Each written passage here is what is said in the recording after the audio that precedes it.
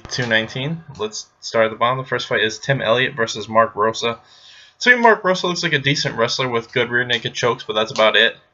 I think Tim Elliott's better overall. I think he's the better striker. I think he's the better grappler.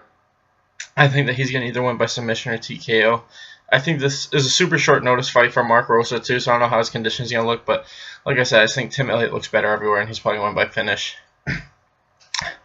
Next is Marvin Vettori versus Omari Akhmedov, and to me, this fight is super close. I think the biggest factor is just Omari's conditioning. I think that he's probably the better wrestler and could hold Marvin down for the first round or two, but I feel like he gasses really bad, and I feel like Marvin's going to get a finish in the late second, early third. And, you know, like I said, I feel like Omari should win this fight pretty easily, but his conditioning's so shitty that it's hard to pick him. Like I said, I think Vettori's going to get a late finish. Next is Louis Smolka versus Matthews Nicolau. And Matthew looks really good. I think he's a really good striker, but he's been out for a really long time. And I just feel like Louis Smolka, if he can get this fight to the ground, I think he has a phenomenally huge advantage anywhere it's grappling. And that's what I think is going to happen. I think that sooner or later, Louis can get this fight to the ground, and when he does, I think he's going to win by submission. Next is Myles Jury versus Rick Glenn. And this is really kind of striker versus grappler. I mean, Rick Glenn has shown some pretty good submission defense and ground and pound in his last couple of fights, but I feel like Myles Jury is a much better jiu-jitsu guy than a lot of guys he's fought. I think that, you know, Rick Glenn could probably outpace Myles Jury, but I just feel like Myles Jury is better at fighting at a distance, and if he can get this to the ground, once again, I think he has a huge advantage with the submission game.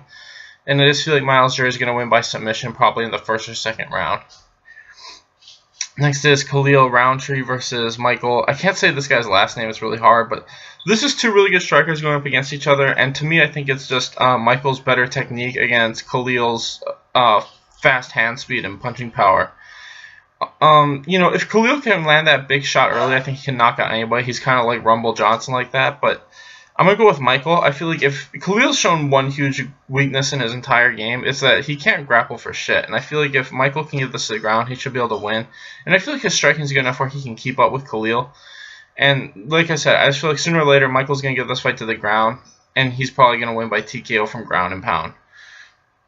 Next is Dan Hooker versus Marc Diakiese, and this is very similar to the other fight that I was talking about earlier, where Marc Diakiese, you know, he's 3-1 in the UFC, but 3 of those wins were against nobody guys, and most of his wins, it's like half and half. He's got like 6 wins by knockout and 6 wins by decision, and all those knockout wins are in the first round. I feel like he gasses really hard. Yeah, he's 12-1, but he's never fought anyone that amazing other than the one loss he has.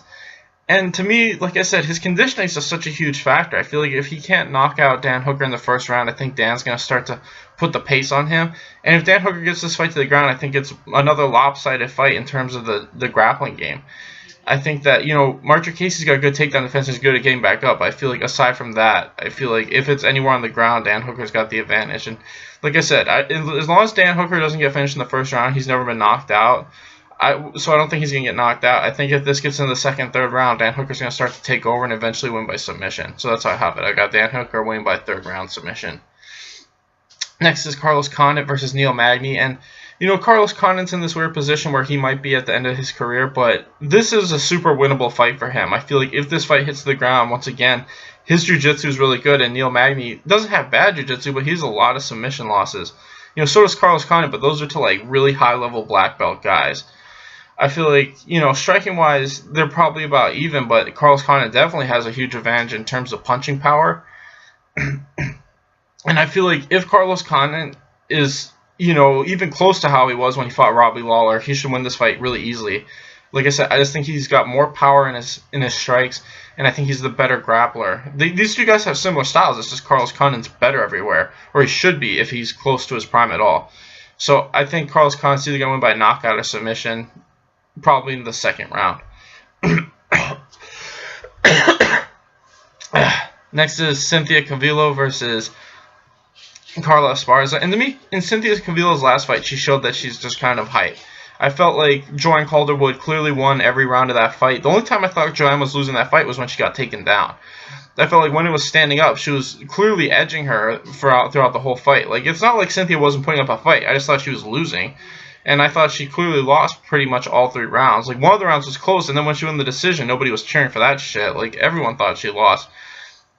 You know, this fight's a little different because Carla Esparza is primarily a wrestler, but I feel like Cynthia's not going to be able to hit takedowns on Carla probably, and I feel like if they're in grappling exchanges, Carla's probably going to be the stronger wrestler. Striking-wise, they're probably about even, but I just think Carla's going to have the advantage in the wrestling, and I think she's going to edge the decision, unless she gets another shitty decision win like she did against Joanne Calderwood. But like I said, I think Carla Esparza is going to edge out all the rounds and probably win a 30-27 decision, but they'll be close rounds throughout.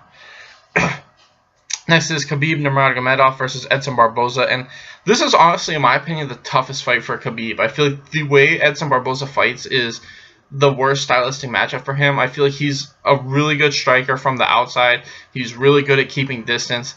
People have a really hard time of grabbing a hold of him and like pushing him against the fence and taking him down and shit like that when he's not tired. And that's pretty much Khabib's whole game, is just grab him. But to be fair, Khabib has done that to guys like RDA and stuff like that, and Michael Johnson, who all have amazing takedown defense and who are all really good at doing that exact same thing that Edson does. Edson, this really is, can Edson just stay away from him and strike on the outside, or can Khabib wrap him up and take him down? I'm going to lean towards Khabib wrapping him up and taking him down, just because Khabib's never lost, as where Edson, has clearly been taken down and shit before. Striking-wise, Edson's got a phenomenally huge advantage. If he can keep this on the feet, he's probably going to win by knockout. But I just don't see that happening. I think sooner or later, Khabib is going to be able to clinch up with him, and when he does, he's going to be able to drag Edson to the ground. And I think conditioning-wise, Khabib clearly has a huge advantage. Edson's shown that when you put the pace on him, he slows down. Like, the pace that Edson tries to keep is a really hard pace to keep, that a lot of movement, striking really hard from the outside. So yeah, I feel like Khabib should be able to get a hold of him, and when he does, he's going to eventually wear him down and probably get a submission in the third.